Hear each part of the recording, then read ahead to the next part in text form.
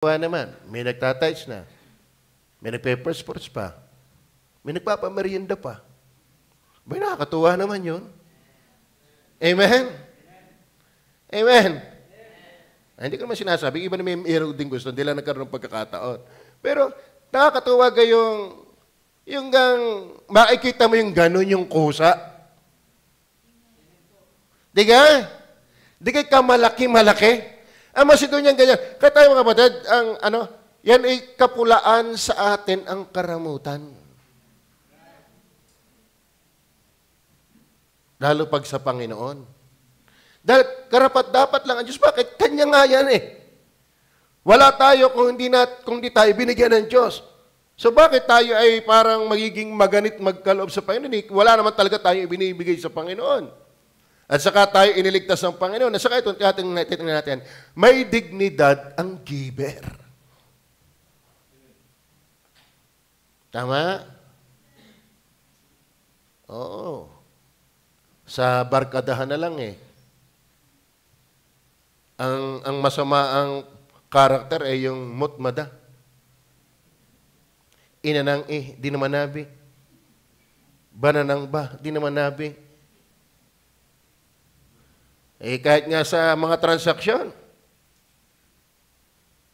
Ano? Nung nag-uusap pa lang nagtatratuhan pa lang tatatlo. Nung nakakakita ng linaw isang barangay. Ang lupit ka ng tao pag sadating sa pera, no? Mukhang Jose Rizal Huwag sana tayong masambitan na nasa Diyos ay madamot. Tama ho ba? Yan ang 2 Corinthians 9:5. Sabi niya, pinagmamalaki ko pa naman kayo sa Macedonia na kayo ay meron ding ibibigay. Kaya nga, nagpaunan ako sa inyo na ipaalala, may handa. Baka yung pagpupuri ko sa inyo ay madismaya. Ay kung ano ang magmabansag sa atin. Kaya merong hindi magandang bansag sa hindi mapagbigay. Oo, nako. Merong kilala. Merong kilalang yung ang hirap tayuan. Bakit? Lagi na pakimali-mali. Ayaw namang mapapahuyuhan at nasa maaloob.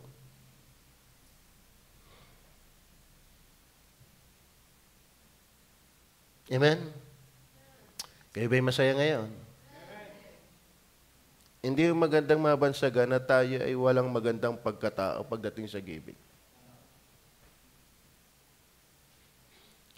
Kaya God loveth a cheerful giver. 8 and 7 and 8. Tingnan po, 8, 7 and 8. Ang sabi diyan,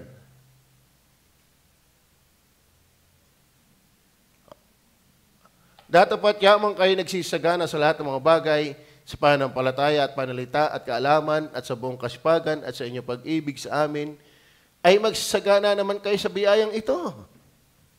Ibig sabihin, yung biyayang ito, yung konteksto, ay ang dami nyo pagpapala, ay sana kayo gumaling din sa giving.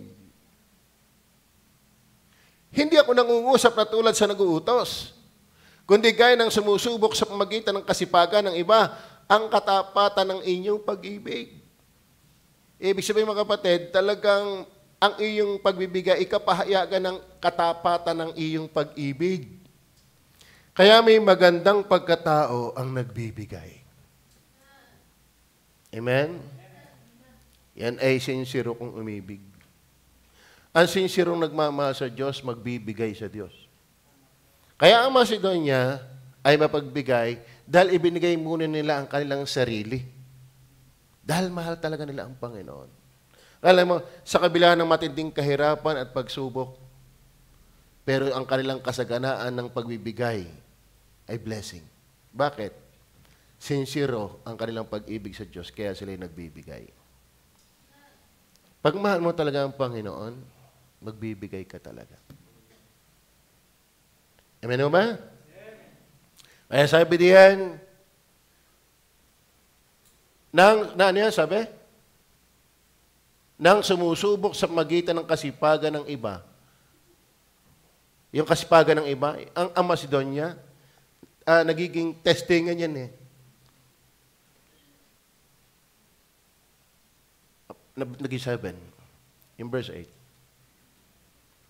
Kasipagan ng iba, ang katapatan naman ng inyong pag-ibig.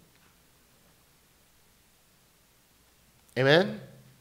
So, ang sincere na pag-ibig, and to prove the sincerity of your love. Talagang pag sincere tayo, magbibigay talaga tayo.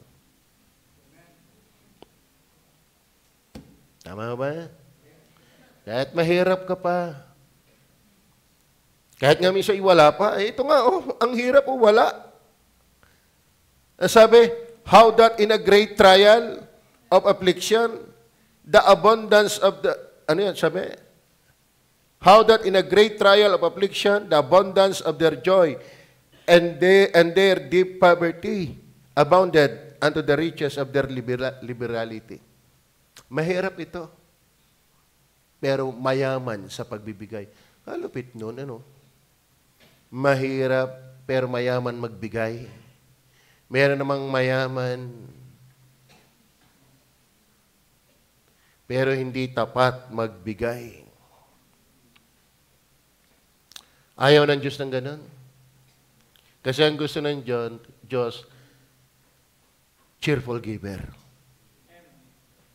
Cheerful giver.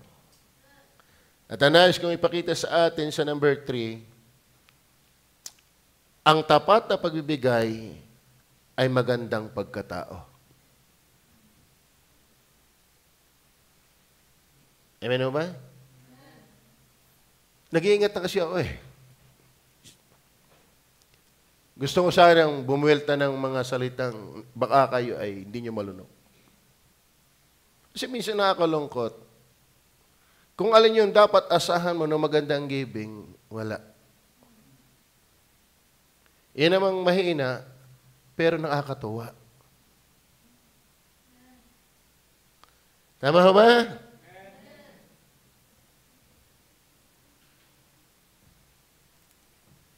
Tulad dami mga manggagawa, wala man kami mga trabaho. Kung ano lang ang support. Pero kami consistent. Kami may first fruits pa. Kami may tithes pa. May offering pa. May mission pa. Gasino na ang aming pera? Katumbas sa mga iba.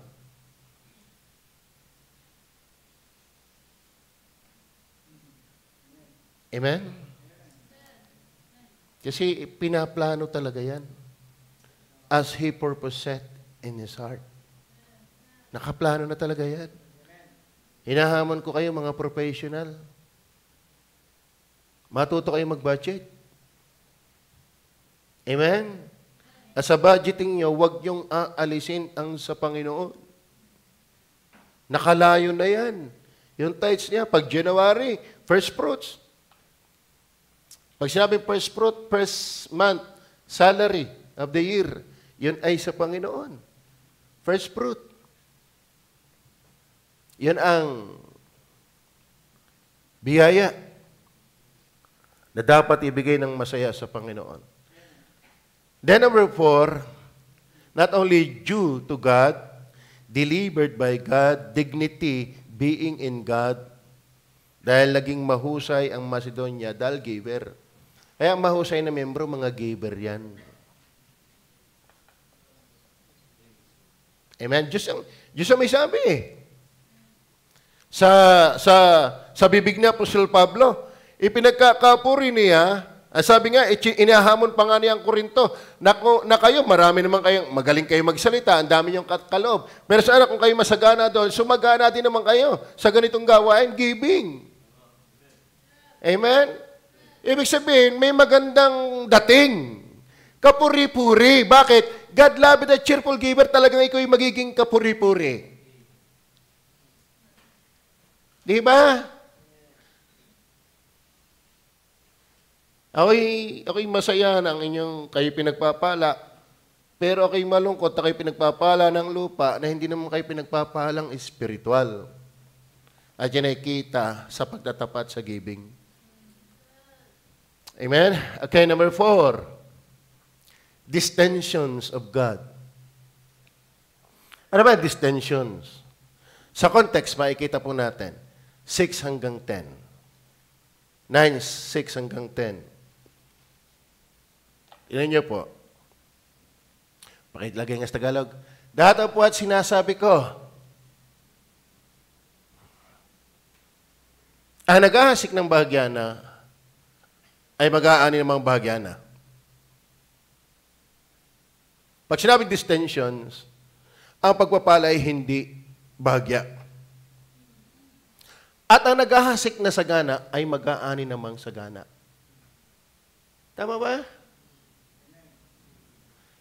Gusto niyo ba ng blessing na totoo? Yung totoo, walang daya?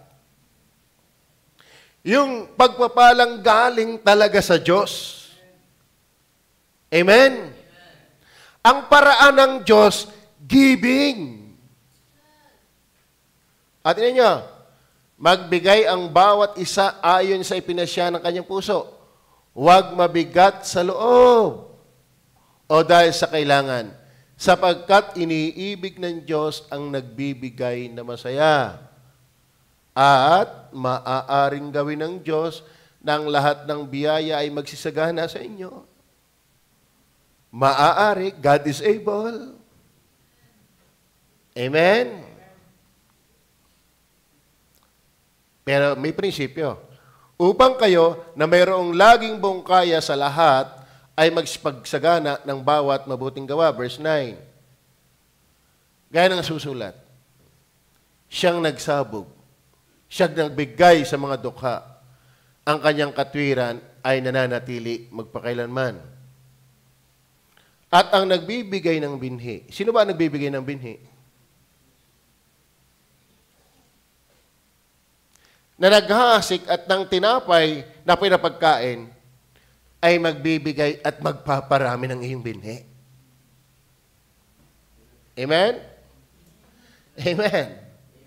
Kaya ng Diyos pagpalain yung nagbibigay ng binhi, yung pag binigyan kayo ng pagpapala, ay binabalik mo sa Panginoon. Tanyo ha, at ang nagbibigay ng binhi sa naghahasik, tayo yung naghahasik eh. Tayo yung giver. Dapat tayo masayang magbigay. At ang tinapay na pinapagkain ay magbibigay at magpaparami ng inyong binhi upang ihasik. At magdaragdag ng mga bunga ng inyong katwiran. Ay mga kapatid, wag nating kainin ang binhi. Wag nating hindi ibigay ang binhi nang tayo ay may maani uli. Tama ba? Kasi tayo, mundo lang ang tinitingnan natin eh. Naintindihan niyo ba yan? Kasi situation ito ng anak ko eh. Pag binigay ko sa Panginoon, paano ang anak ko? Di,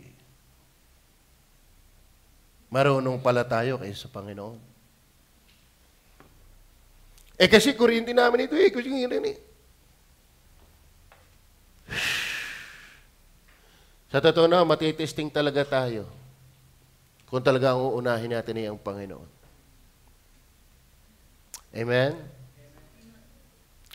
Marami sagyang ilalagay tayo ng mga testing para masubok tayo na ibibigay pa rin natin ang sa Panginoon. Huwag natin gamitin ang binhi para may maani ulit tayo sa next year. Para yung sinabi ni Pastor Sauco na membro niya, papunta na ng church, dala ang first fruits, 500,000, na-hold up. Bago nakarating ng church, ay na-hold up. Sabi niya, Pastor, dala ko ho ang aking pang first fruits. Ako'y na-hold up. Sabi ni Pastor Sauco sa kanya, nagpakinig ko, nagpe-preach siya eh. Andiyan na eh. Na-hold up ka na. Ang tanong ko lang, mag-first fruits ka pa rin ba? Kung kayo, na-hold up na eh. Sabi ni Pastor Sauco, Isa daw sa mayamang miyembro niya, yung na-hold up na yun. Dahil nag-first fruits pa rin, kahit na-hold up. Amen?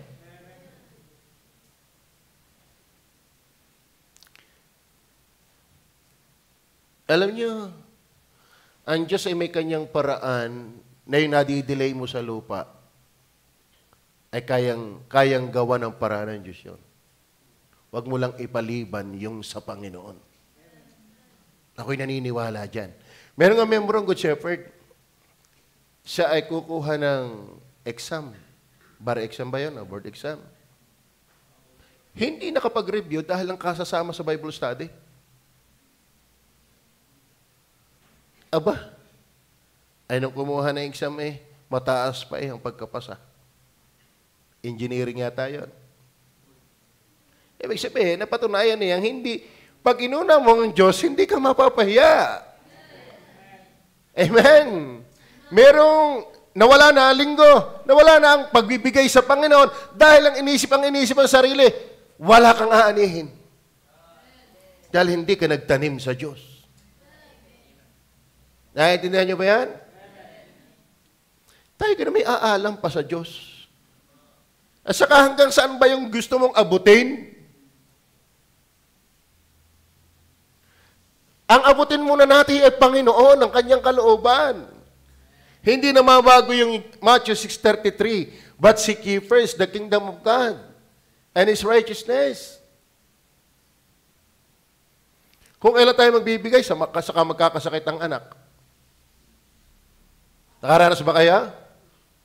Kung kailan kayo magbibigay, saka darating ang maniningil ng kuryente at ng tubig. Kaya nga yan ay naka-purpose na yan. Naka-budget yan. Kahit dumating ang maniningil ng kuryente, hindi apektado. Bakit? Hindi naman mapapabigay yun sa Panginoon. Ang mahirap na yan, hindi talaga natin ibinubukod yung Kanya. Ipaglaban mo yun sa Panginoon. Dahil may distensions ang Panginoon. Tingnan po natin. Balik tayo sa verse. Ay magbibigay at magpaparami ng inyong binhi upang ihasik. At magdaragdag ng mga bunga ng inyong katwiran.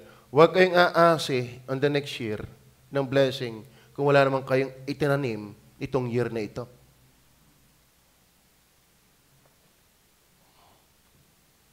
Amen?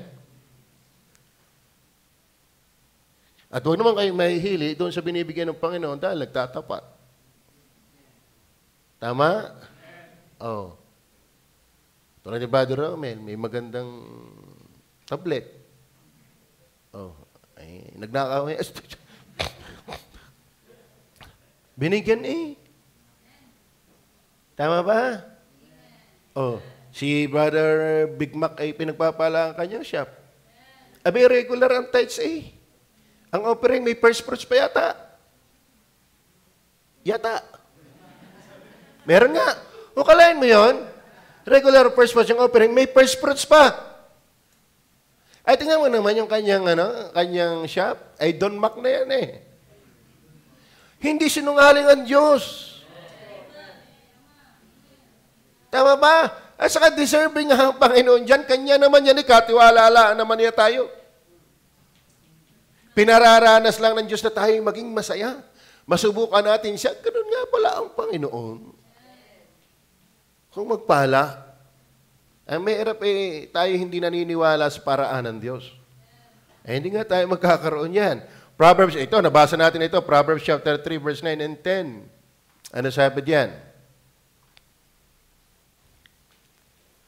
Parangalin mo ang Panginoon ng iyong tinatangkilik at ang mga unang bunga ng lahat mong Verse 10.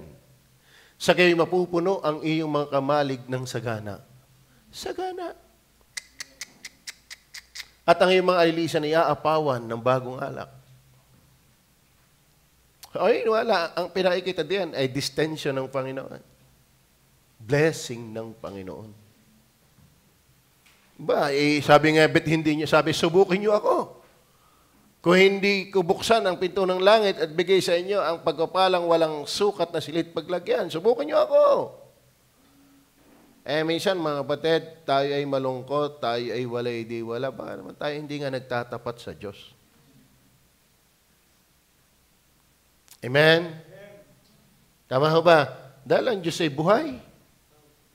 Hindi siya nagsisinungaling nung sinasabi yan. Kung ang Diyos ay kung si Pablo hinahamon ang taga-Korinto na magkaroon ng dignidad bilang nasa Diyos, ay lalo ang Diyos mataas ang kanyang integrity. Mataas ang kanyang karakter, ang kanyang nasabi. Ngayon, kung ikaw may pinagpapala, hindi sa paraan ng Diyos, huwag kang papakakampante. Ikaw ay nagkakaroon hindi sa paraan ng Diyos.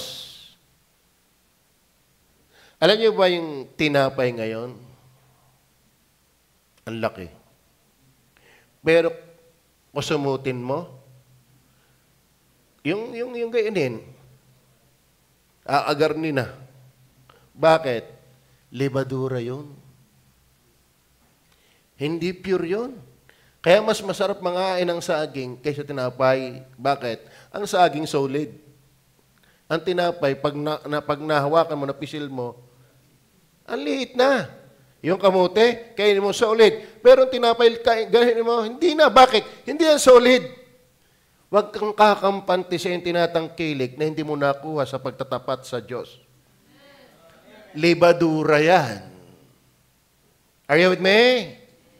Hindi ka magiging masaya dyan. Kung anak ka ng Diyos, hindi ka magiging masaya. Sa totoo na, mga kapatid, nakakita kong nagsasabi, siguro ngay Kristiyano nga, bay nasa kanya na ang lahat, hindi pa masaya eh. Pero itong Macedoniang ari, sayang-saya eh. Bakit? Ay masaya eh. Sa Diyos. Kaya wag kayong lalagay ang loob na kayo ay nagkakaroon sa mundo na hindi ka na magtatapat kay Kristo. Ang dali niyan. Mawala. Amen?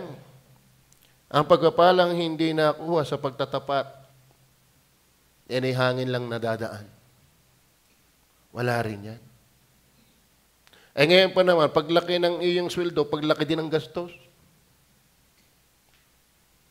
Tama? Paglaki ng nasalta, paglalaki din ng natalon.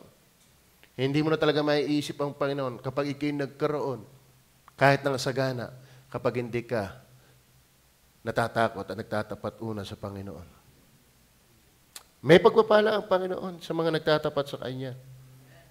Totoo po yan. At yan ang Panginoon hindi nagsisinungaling diyan. At ang pinakalas na maganda ay delight for God. Ayun kapatid, yung cheerful giver, kaya nga cheerful giver, God loves cheerful giver. Yan po'y kagalakan para sa Diyos. Ang Diyos ay nagagalak, natutuwa, nagagandahan sa mga cheerful giver. At yung mga cheerful giver, pati mga tao nagagandahan sa kanila. Kaya blessing ang Macedonia kay Pablo, blessing ang Macedonia kay sa Corinto, ginagawang halimbawa, at higit sa lahat, natutuwa nga ang Diyos sa giver. Tingnan niyo po ang 11 to 15 ng 2 Corinthians. Yaman kay pinayaman sa lahat ng mga bagay na ukol sa lahat ng kagandang loob na nagsisigawa sa magitan namin ng pagpapasalamat sa kanya. Ulit, verse 15, ating himayan ng konti. Na nagsisigawa sa pamamagitan namin ng pagpapasalamat sa Diyos. Ano ibig sabihin? May mabalita dito na tayo nakabili ng lupa. Isang miyembro lang ang nagbigay. Pag hindi ang tagalipa ay nagalak sa iyo, magpapasalamat sila sa Diyos. Magaling na lahat, iniligtas ng Panginoon yun. Mababalita ng Good Shepherd kami ate, mauunahan na. Alam niyo po, aalingaw-ngaw, nagiging blessing ang giver. Nagiging dahilan para sa iba na maging masaya sa Panginoon. Tama ba? Abay, mabalita lamang yung mga ginagawa. Tulad nga na yun, nag-first fruits ng 280K. Kakalungkot naman yun. Bigay nagbigay ng gayon.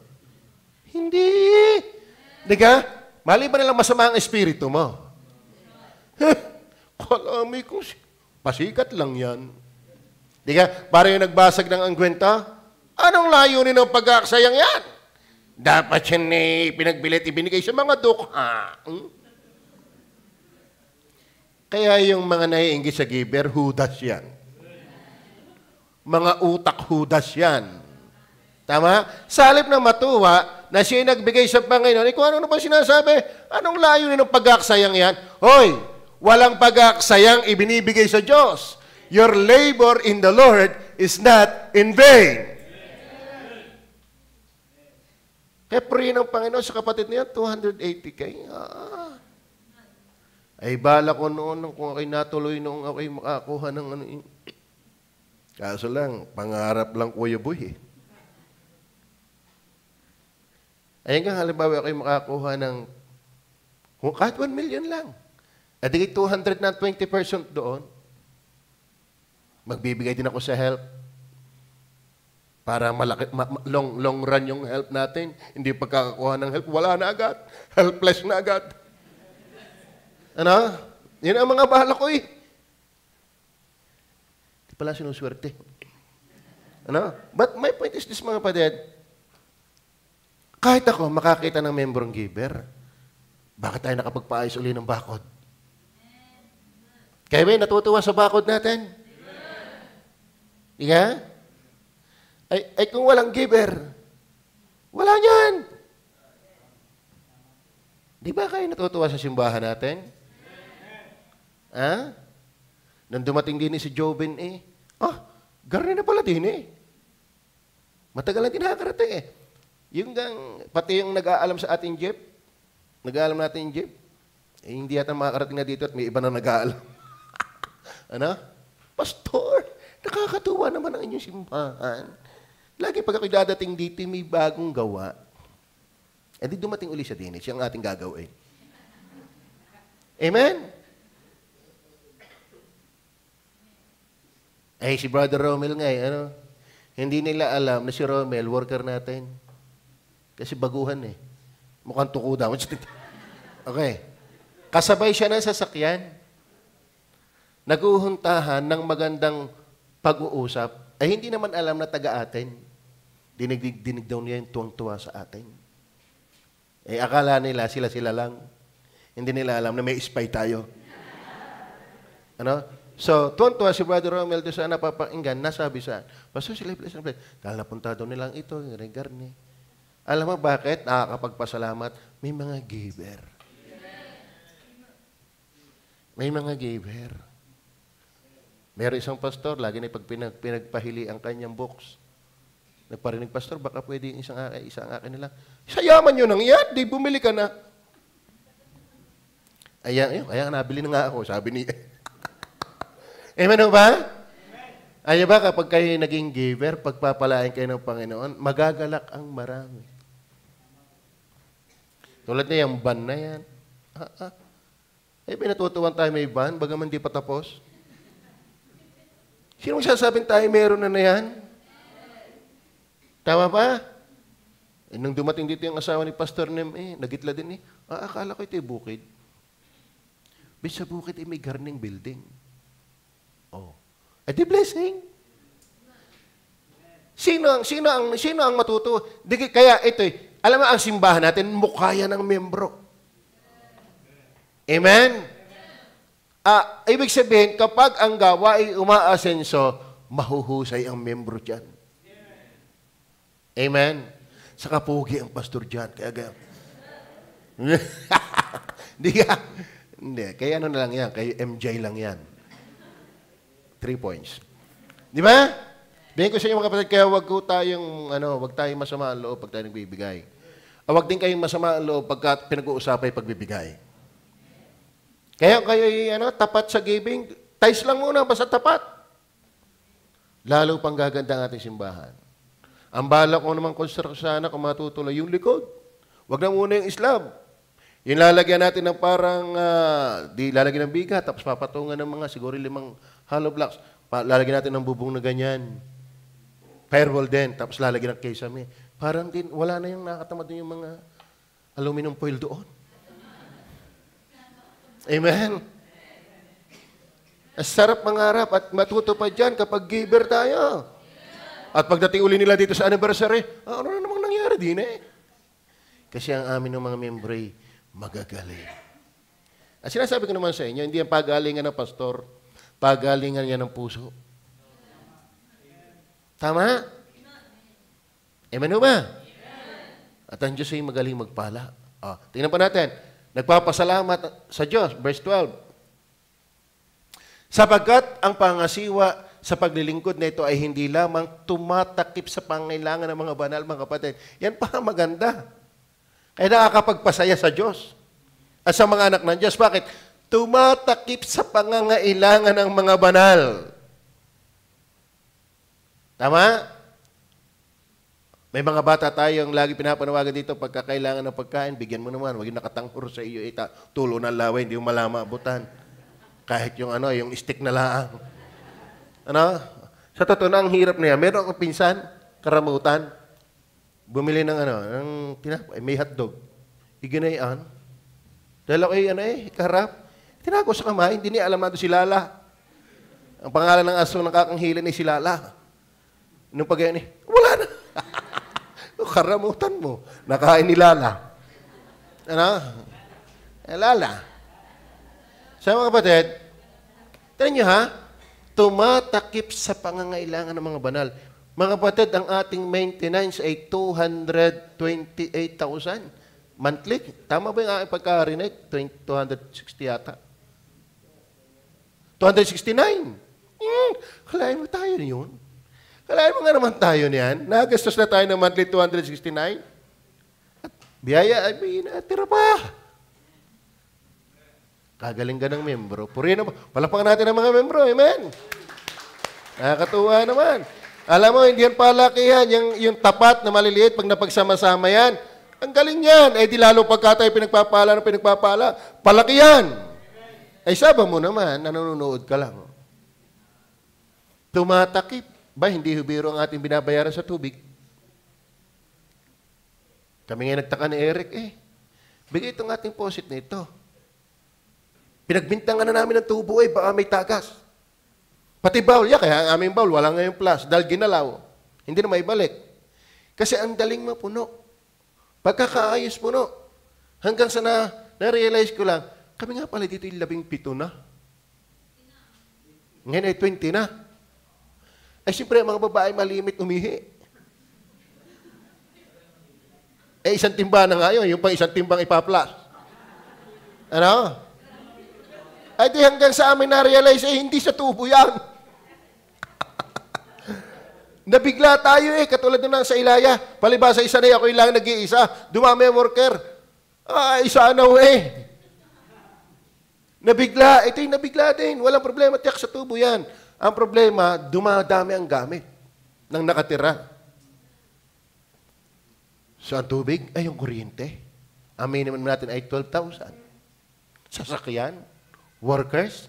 Kaya please lang, magtapat ka sa tithes mo. Bakit? Yan ay tumatakip sa pangangailangan. Tama ba? Kaya ba'y masayang may aircon pa tayo? Akalain mo ang ating kaya bangga natin. Naka-aircon pa Tama? Hindi naman yan libre. Hindi mo kayo pinipilit na tinututukan. Hindi. Konsensya na yan. Puso na ang pinag-uusapan dito kung talagang may puso sa Diyos. Amen? Kaya nga ang context natin dito, dapat delivered ka. Saved ka. Delivered na, believer pa. Ngayon, kung hindi ka ligtas, wala tayong magagawa. Ngayon, kung ligtas ka naman, dapat gumawa. Tumatakip sa pangailangan ng mga banal. Ano pa? Kundi naman umaapaw sa magitan ng maraming pagpapasalamat sa Diyos. Hindi lang tumatakip, kundi maraming nagpapasalamat sa Diyos. Nagagalak sa Diyos. Amen? Kaya ba'y natutuwa ng ating church na nagiging blessing? Bakit? Maraming manggagawa. At kung matuloy pa yung stito, ang tawag nila ay Tito, bago ang pangalan ay Tito, edi Tito. Di ka? Ay malaki daw ang katawan. Driver din. Edi may kahalili na si Eric. Pagsasabayin ko yung dalawang yan. Tama ba? Abay, natutuwa tayo maraming manggagawa. Nanawagan naman ako kayo kung may tutulong, walang dumating, dahil mga busy kayo. Ay, tapos din eh. Bakit? Ilan ang lalaki dito eh? Si Tina pa. Di nga? Blessing! Blessing ba? Nakakatuwa eh. Ay, ang bibiya lang tayo ng Panginoon. Gusto ko pa talagang tayo magkalupa. Magka-school. Possible yan. Matuto lang tayo magtapat sa giving. Panawagan ko, kung talagang ligtas tayo, gusto mong pag-distension ng Panginoon, pagpalain ng Panginoon, at maging blessing sa iba, magtapat tayo sa giving. Amen? Verse 13, tingnan niyo po. Palibasay sa pagsubok sa inyo, sa magitan ng ministeryong ito, ay niluluwalhati nila ang Diyos.